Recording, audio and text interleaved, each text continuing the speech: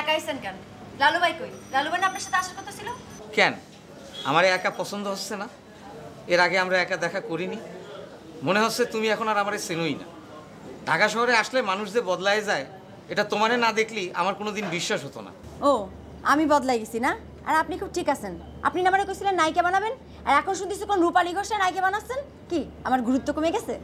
গুরুত্ব কমে নাই না, পরিস্থিতি বদলায় গেছে। ব্যাপারটা হচ্ছে কি, এটা হচ্ছে একটা প্রফেশনাল জগৎ। এখানে সব কিছু চিন্তা ভাবনা করে করতে হয়।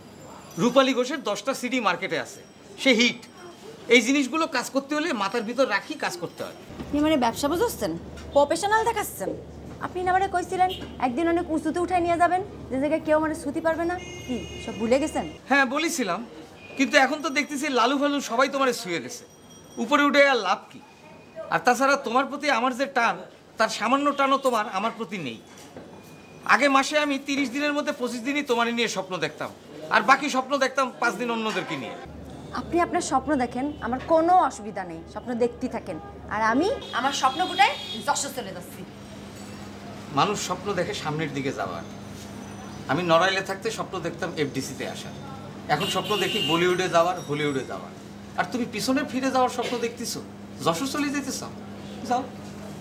ভালো করেছি।